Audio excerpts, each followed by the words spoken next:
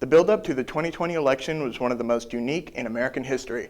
Of course, I am referring to the coronavirus pandemic, which has left its mark on every country in the world. This was already a historic year, but it also happens to be an election year here in America. President Donald Trump is defending his presidency against former Vice President Joe Biden. One of the staples to any presidential race is, of course, the presidential debates. Due to the pandemic, there was the question as to whether the debates would even happen. Unfortunately, we lost one of the 3 debates, but thankfully, we still had 2. Hello, my name is Carter Klustmeyer, and this is the 2020 Presidential Debates Review. Before I get going, it's important to mention that the debates were held using CDC COVID-19 guidelines, which involved more than 6 feet spacing between each candidate and fiberglass in between them. Now, let's get into it. I think it's fair to say that the first presidential debate, which was held on September 29th, was a train wreck. Seriously, folks, I've listened to more enlightening conversations from my cousin discussing Fortnite than I did these 2 conversations about the state of the country. The night began with President Trump being the instigator of the interruptions, and by the end of the night, both candidates were interrupting each other regularly. This created a confusing and, quite frankly, embarrassing night for both candidates. If you watched the debate, it's fair to say that nothing was accomplished by either candidate, as no issues were intelligently discussed. The question after the first debate was, how would the October 7th vice presidential debates go?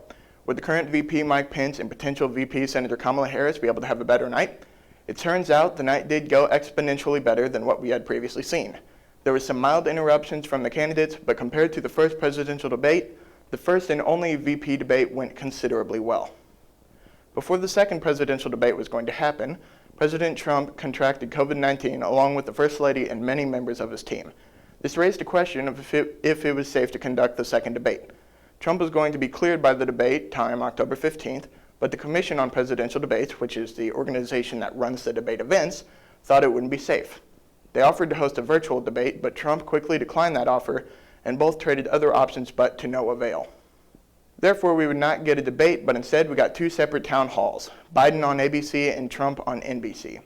To say the town halls were different is a mild understatement. President Trump was dealing with a hostile moderator who grilled him throughout his hour-long town hall. Biden was getting to have a calm, relaxed discussions with audience members and a moderator who wasn't aggressive towards him. Overall, it was a more productive night for both candidates than the first debate was. Luckily, we did get a second real and final debate between these 2 on the 22nd. This debate overall went very well for all parties involved. It was unique because the candidates were muted in between each of their turns. That's right, folks. After the train wreck first debate, America put its 2 presidential nominees in a timeout. The night otherwise was a normal debate night featuring a few interruptions from both men here and there, but overall a successful night for the candidates and the American people. Now it's up to you to decide who our future president is going to be on Election Day, Tuesday, November 3rd. No matter who wins, this victory will be a historic one, as whomever becomes president will end up being the oldest American president we've ever had.